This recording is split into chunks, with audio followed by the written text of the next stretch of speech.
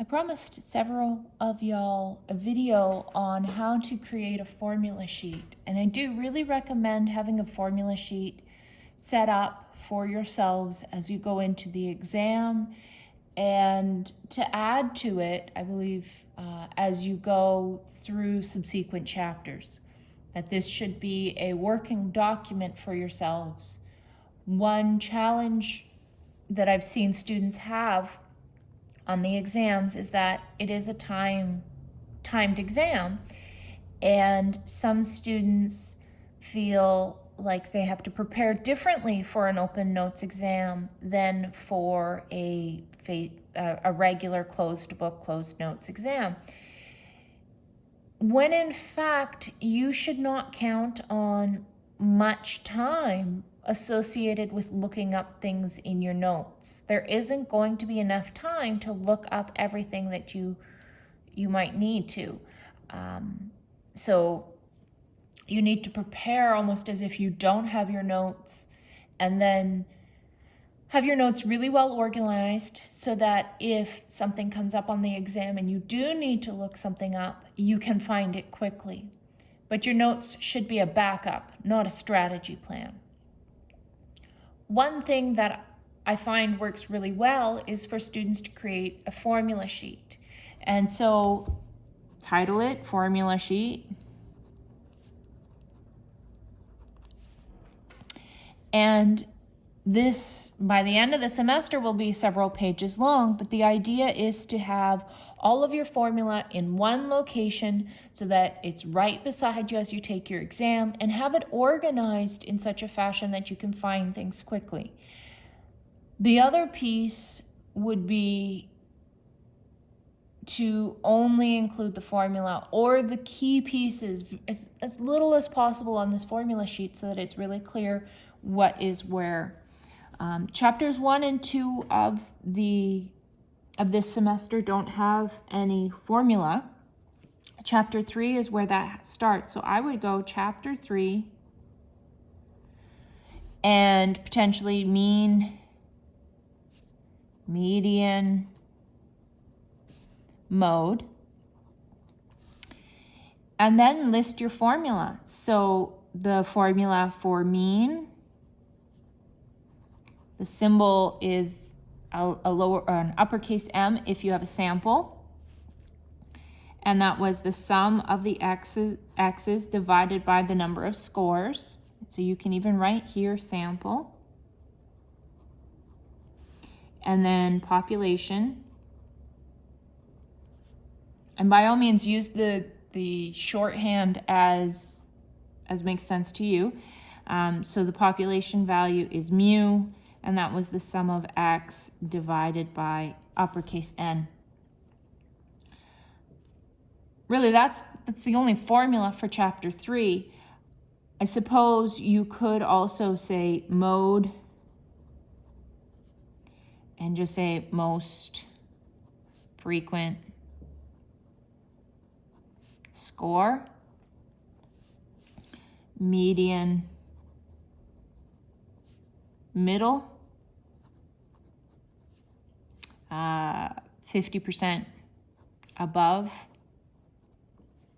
50% below.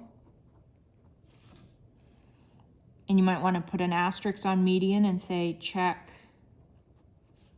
if discrete or continuous. And that's all you need for chapter 3 for your formula sheet. Chapter 4.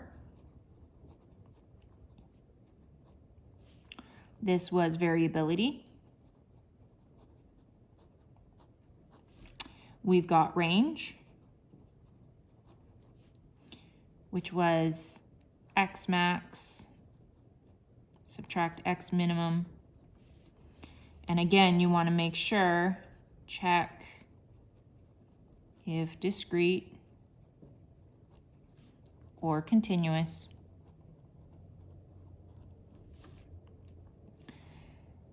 And then we have the variance and the standard deviation. So let's start with population.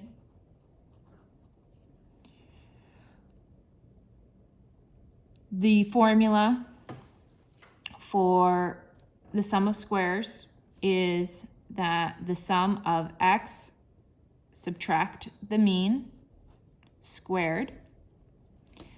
That's the definitional formula. We also have the computational formula, which is the sum of x squared subtract the sum of x, which is then squared, divided by the number of scores we have. And the formula for the variance, which is sigma squared, is the sum of squares divided by n. And the standard deviation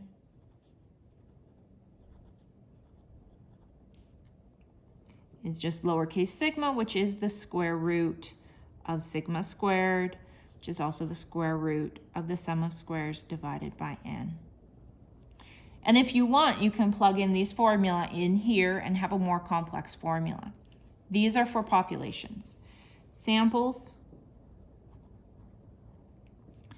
the sum of squares is very similar.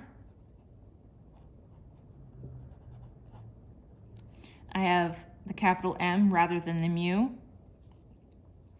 And it's sum of x squared, subtract the sum of x squared divided by n. And here we've got a lowercase n because we've got samples.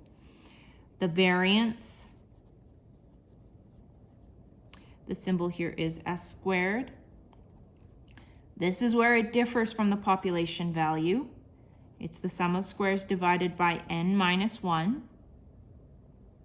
So it is really critical when you're doing a variance and a standard deviation to check if you have a population or a sample and use the right formula.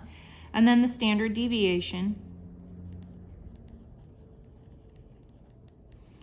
is just s, which is equal to the square root of s squared, which is also equal to the square root of the sum of squares divided by n minus 1. And again, you can plug in these formula here and have one bigger formula. It's up to you. What works better for you may not work as well for other people. The other thing that you could do, you could also highlight these titles or underline them, make them visible.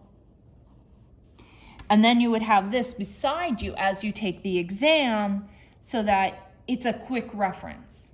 You're not flipping through a lot of pages in your book to try and find what you're looking for. So I hope this helps. I'm happy to give further guidance through office hours or email. One small word of warning, make sure your formula sheet is accurate. And then going forward through the term, I really recommend treating this as a working document, updating it as you get new formula, and then using your formula sheet or sheets. As we get further, it will be a multi-page document. Using your formula sheet as you do your homework, as you do the practice problems, so that you get more and more familiar with your formula sheet and with using it, so that when you get to an exam, it's a really nice quick process and it's a familiar piece of answering questions.